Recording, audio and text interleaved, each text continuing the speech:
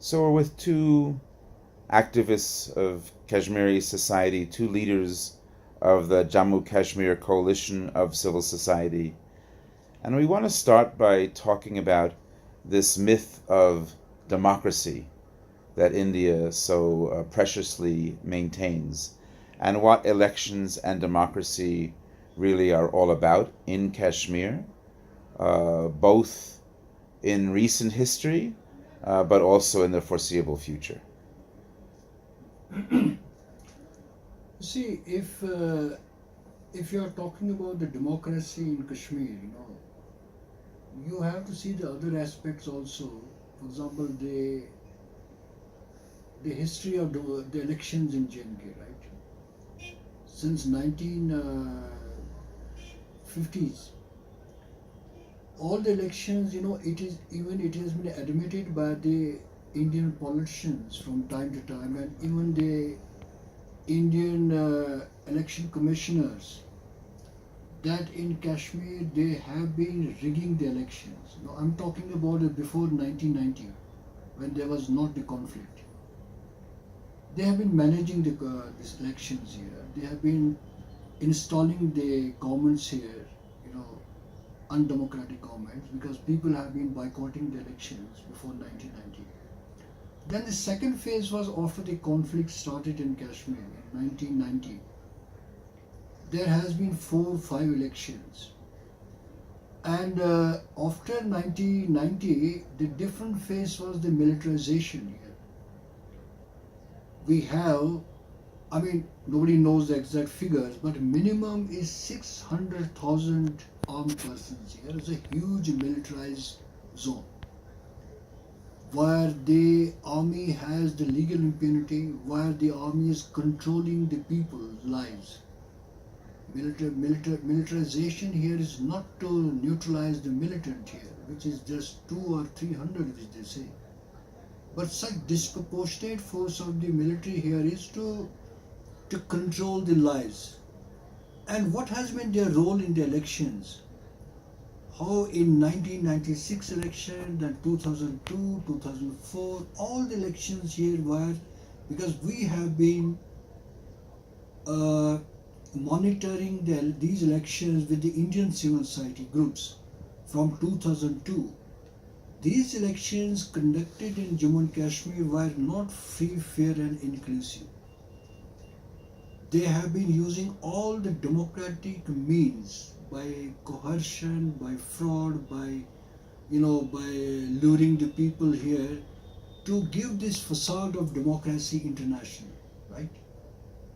Question is very simple. People of Kashmir say that if Government of India is claiming that people of J&K are part and parcel of the Indian democratic system by participating in the elections, why not hold the referendum and settle this issue of Kashmir once and for all? So, all the governments here installed before the conflict and after the conflict have been installed by the Indian federal government, Indian unions there. And that is why these governments installed here have no credibility. They also don't feel accountable to the people here. All they on which they survive is that lobbying with the central government.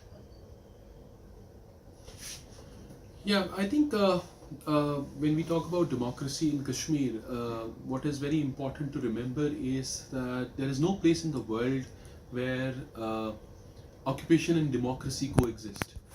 So if it doesn't coexist anywhere in the world, the military occupation and the democracy, it will not, of course, exist in Kashmir as well. So since 1947 till now, as Advocate Parvez Imroz has already mentioned, that we have the history of rigged elections, coercion in the elections, where they are forcing people to vote when people even want to boycott. There's one very important statement by no less than the ex-Prime Minister of India, when Atal Bihari Vajpayee was the Prime Minister of India in 2002, when they conducted elections here. he is very famously known to have said that this is for the first time in Jammu and Kashmir we have had free and fair elections, meaning that all elections before 2002 were not free and fair. So it's no less than Indian Prime Minister saying, and we would say very shamelessly admitting the crime of the Indian government, where they have been accused by us that they have uh, uh, rigged elections here, manipulated everything here. So this formal democracy or electoral system which exists here in Kashmir, elections are not democracy for us. The right to dissent is the real essence of democracy. That's how we will test the democracy. In Kashmir, all the dissenters have either been arrested, killed, persecuted, humiliated. So if India had allowed space for dissent, we would have perhaps agreed that there was some amount of democracy here. But we've seen that no dissent was ever tolerated. The first Prime Minister of Jammu and Kashmir after 1947, who is known as a collaborator in Kashmir today, Sheikh Abdullah, when he became Prime Minister, he was arrested in 1953. From 1953 to 1975, he was in and out of jail. So he was no less than the Prime Minister of Jammu and Kashmir, who had an accord with Government of India. But he was arrested, and the charges were conspiracy against India. So that's the way they have dealt with any amount of dissent in Kashmir. So, But you said he was a collaborator. because in 1975 he compromised finally, he gave up, he surrendered. So for us, he is remembered not as a person who was resisting against India till 1975. He's a person who after 1975 gave up. So the legacy is not of resistance only, the legacy is of giving up. And we would want to identify ourselves and our struggle with those who have not given up, because that's the collective and majority of the people in Jammu and Kashmir. The two of you also faced. One thing I would add here, that where it is an international practice now, where the elections are controversial, where in a conflict areas, conflict zone, or where there are elections, credibility of the elections are in question, international teams are being allowed in these countries.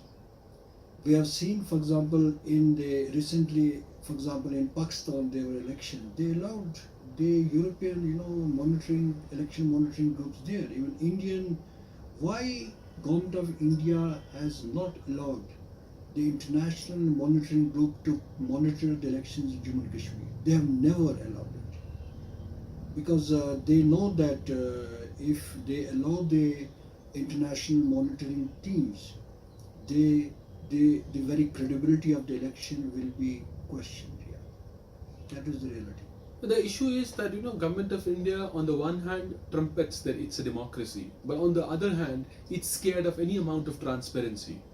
Any amount of transparency. It does not allow foreign journalists to come to Kashmir. There is an advisory for all foreign journalists based in New Delhi that they cannot come to Kashmir to report from Kashmir without the prior approval of the Government of India. And they have not, since this advisory was issued, they have not issued any permission to any foreign journalist to come to Kashmir. And in the past we have seen all foreign journalists who have tried to sneak into Kashmir and under the tourist visas, they were deported, arrested. This year there was a French journalist, Paul Committee, who was arrested. So, and then also the fact is that activists from Kashmir are barred from getting passports. There are at least 60,000 families who are blacklisted according to a story done in the Indian Express. These 60,000 families cannot receive passports because they appear in Indian government records as people who are anti-government. So these are actually journalists, human rights defenders, political activists, people who have spoken up or had courage to challenge Indian rule in Kashmir.